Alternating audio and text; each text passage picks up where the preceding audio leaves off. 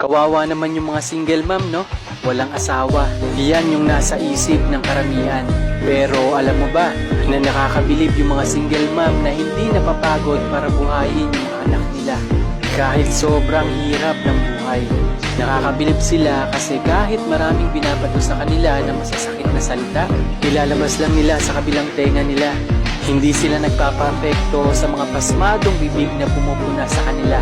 Minsan kakilala o madalas kapamilya pa yung naninira sa kanila.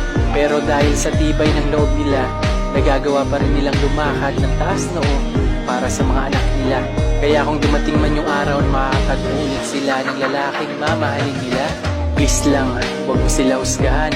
Dahil tao lang din sila, nagmamahal at nagkakamali ng taong sasamahan para panagutan sila. Magpasalamat ka na lang kasi hindi mo nararanasan yung mga pinagdadaanan nila.